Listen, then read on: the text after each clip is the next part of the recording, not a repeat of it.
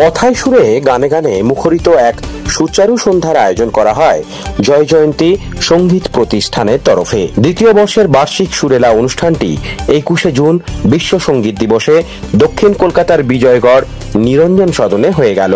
দর্শকপূর্ণ প্রেক্ষাগৃহে গানের সঙ্গীতময় সন্ধ্যায় যার আনুষ্ঠানিক উদ্বোধন প্রদীপ প্রজ্বলনের মাধ্যমে করেন বিখ্যাত সঙ্গীত পরিচালক অশোক ভদ্র। পাশাপাশি এদিন অতিথি হিসেবে উপস্থিত ছিলেন সঙ্গীত প্রভাকর এলাহাবাদ শিল্পী রীতা ঘোষ, সারেগামাপা খ্যাত সঙ্গীত শিল্পী সুনয়না ঘোষ সহ প্রমুখ বিশিষ্টজনরা। সমগ্র অনুষ্ঠানটি এক মঞ্চে সাজিয়ে সুন্দরভাবে উপস্থাপন করেছেন জয় জয়ন্তীর প্রিন্সিপাল তথা সঙ্গীত প্রভাকর এলাহাবাদ শিল্পী সুচন্দ্রা ঘোষ চক্রবর্তী। তার ছাত্রছাত্রীরা মূলত এই গীত সন্ধ্যায় গান পরিবেশন করেন। তার মধ্যে অন্যতম তাপসী রায়, সান্তনা চক্রবর্তী, সুস্মিতা গুপ্ত, শম্পা বিশ্বাস, ঈশানী মণ্ডল, আয়ুষ্মিতা সরকার, নবদ্রিতা সরকার, অলঙ্কৃতা গুপ্ত, সঙ্গীতা বেজ, পিঙ্কি মণ্ডল, মাস্টার অর্চিষ্মান গুপ্ত, মাস্টার জ্যোতি শুভ্র চক্রবর্তী প্রমুখরা। নৃত্য পরিবেশন করেন আয়ুষ্মিতা সরকার। জয় জয়ন্তীর মুখ্য উপদেষ্টা তথা সঙ্গীত শিল্পী জয়ন্ত চক্রবর্তী জয় জয়ন্তীর প্রয়াসে সার্বিক ভূমিকা পালন করেছেন। তার কণ্ঠে গান পরিবেশনে দর্শক শ্রোতাদের কাছে এক অন্য মাত্রা এনে দেয় এদিন। ছোট ছোট ক্ষুদে দুই স্পেশাল চাইল্ড এই অনুষ্ঠানে স্বতঃস্ফূর্তভাবে অংশগ্রহণ করেন। জয় জয়ন্তীর প্রয়াসে দ্বিতীয় বর্ষের অনুষ্ঠান শুধুই গান এবং শিল্পীদের প্রতিভা প্রকাশের একটি সঠিক প্ল্যাটফর্ম হয়ে উঠেছিল, যা নবীন প্রতিভাবানদের কাছে এক আকর্ষণীয় বিষয়। তাই জয় জয়ন্তী কলকাতা সহ সারা বাংলা তো বটেই, সারা ভারতেও তাদের সঙ্গীতময় ধারাকে ছড়িয়ে দিতে যেন আগামী দিনে পারে সেই শুভকামনা রইল। সমগ্র অনুষ্ঠানটি এদিন সুন্দরভাবে সঞ্চালনার দায়িত্বে ছিলেন তাপস রায়। অ্যাকচুয়ালি এইটা না স্কুল মানে এই যে আমি কিভাবে যে বীজটা মানে পোতা হয়েছে আর কিভাবে যে স্কুলটা হয়ে গেল, আমার খুব মনের ইচ্ছে ছিল যে করবো। তো কল্পতরু উৎসবের দিন আমার খুব মনে হলো যে না আর কোনো নেই, কোথায় যেন গুরুদেব ধাক্কা দিল, আমি শুরু করে দিলাম। তারপরে আমার পথ চলা একজন দুজন শুরু থেকে সে করে। তো এখন এটাকে নিয়ে আমি অনেক বড় চিন্তা করছি এবং সব থেকে বড় কথা যেখানে আমি স্কুল করেছি, যেখানে আমি ক্লাস করাই, আমার খুব ইচ্ছা আছে যারা নিডি স্টুডেন্ট তাদের জন্য আমি অনেক কিছু ভাবছি। নর্মালি যেটা হয় যে সকলের একটা অর্থনৈতিকের ব্যাপার থাকে, যে যত দিন তারা শেখে স্কুলের একটা অর্থনৈতিকের জন্য তারা শিখতে পারে না বা ফিসের একটা ব্যাপার থাকে। কিন্তু আমি ঠিক করেছি যে যদি সেরকম কোনো জায়গা থেকে কেউ শিখতে আসে আমার কাছে, তাদের অর্থনৈতিক জায়গাটা ঠিক নেই, তারা শিখতে চাইছে। এখন স্টুডেন্ট কতজন আছে এই মুহূর্তে? আমি যে ওয়ার্কশপ করি বা টোটাল সব মিলিয়ে খুব বেশি না হলো 20-25, খুব বেশি না। স্পেশাল চাইল্ডদের আমরা পারফরমেন্স দেখলাম, সেটা নিয়ে কি বলবেন? এইটা আমার একটা আলাদা মানে ইচ্ছে বলবো না, এটা আমার চ্যালেঞ্জ। কারণ আমি যখন ওদের শেখাই, শুধু আমি গান শেখাই না, ওদের জন্য আমি ঈশ্বরের কাছে অনেক কিছু প্রার্থনা করি এবং আমি মনে করি যদি আমি সেই ক্রিয়েটিভিটি লেভেল দিয়ে ওদের শেখাই, ওরা একদিন ঠিক সেই জায়গায় রিচ করবে এবং ইমপ্রুভমেন্ট হচ্ছে। জয় জয়ন্তীতে কি কি শেখানো হয় একটু? দেখুন, যেহেতু আমার মা সামনে আছে আমি বলেই দিচ্ছি, ছোট থেকে আমার মা বলতে যে যে কোনো জিনিসের গ্রামারটা খুব ইম্পর্টেন্ট। বাংলা শিখতে গেলে যেরকম গ্রামারের প্রয়োজন, হ্যাঁ, আপনাকে স্বরবর্ণ ব্যঞ্জনবর্ণ জানতে হবে, ঠিক সেভাবেই ইংরেজি জানতে গেলে অ্যালফাবেটস উই মাস্ট নো। সেভাবেই গান জানতে গেলে, সঙ্গীতটা জানতে গেলে খুব প্রয়োজন যেটা, সেটা হচ্ছে যে ক্লাসিক্যাল ট্রেনিং। ছোটো থেকে আমি বাংলা আধুনিক গান খুব ভালোবাসতাম, মা ভালো, কিন্তু মা সবসময় বলতো যে না তুমি ক্লাসিক্যালটা শেখো।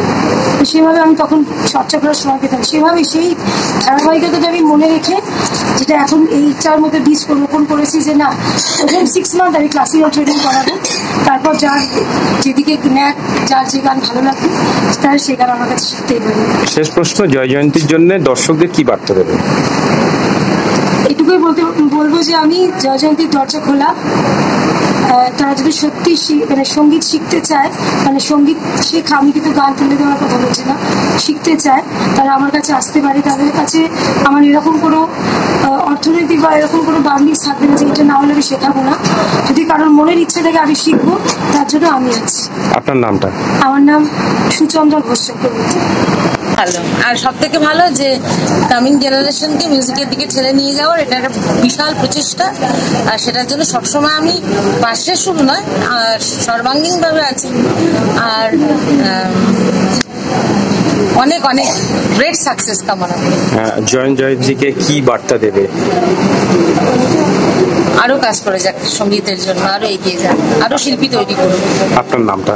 সুনয়না ঘোষ। মধ্যে এত মানে গোছানো প্রোগ্রাম খুব কম দেখা যায়। এখন প্রায় নটা বেজে গেছে, এখনো কিন্তু সফরে আছে। অনেক সময় দেখা যায় এই ধরনের অনুষ্ঠানে শুরু হয়ে যাওয়ার পরে যাদের গান হয়ে যায় তারা চলে যায়, কিন্তু এখানে সবাই রয়েছে।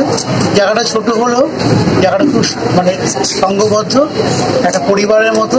আর এখানে প্রত্যেককে আমার ভালো লাগলো। আমি জয়ন্তীর সাথে আমি এতটা অতপ্রস্তুত ছিলাম না।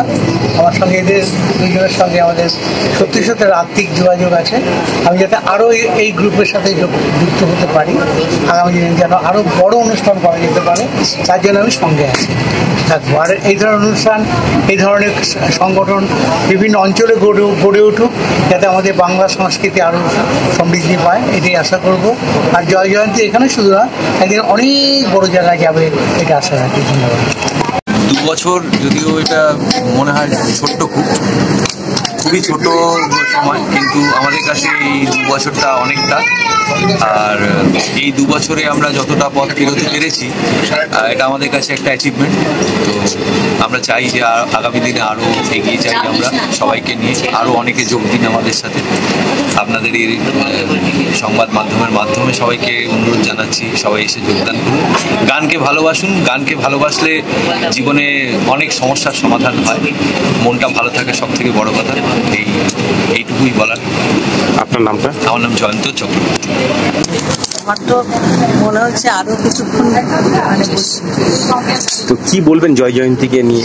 জয়ন্তী আরো উন্নতি হোক, আরো বড় হোক, বড় করে হোক। হ্যাঁ, সবাই যেন দেশ জুড়ে নামটা শুনতে পারে। আপনার নামটা? আমি গীতা ঘোষ। কত বছর ধরে তুমি শিখছো মায়ের কাছে? 1.5 বছর। কি বলবে জয়ন্তীর এই অনুষ্ঠানে? খুবই ভালো। আর কিছু বলবে? তোমার নামটা? শুভ্র চক্রবর্তী। এসো আজ প্রেমে সাগর ঢেলে দাও, রাতটা গায়ে তারা পড়না, দু চোখে আজ নয় আর বাতি ছেলে আমার মনে। রাজকুমার দাস, ইউকে নিউজ বাংলা, কলকাতা।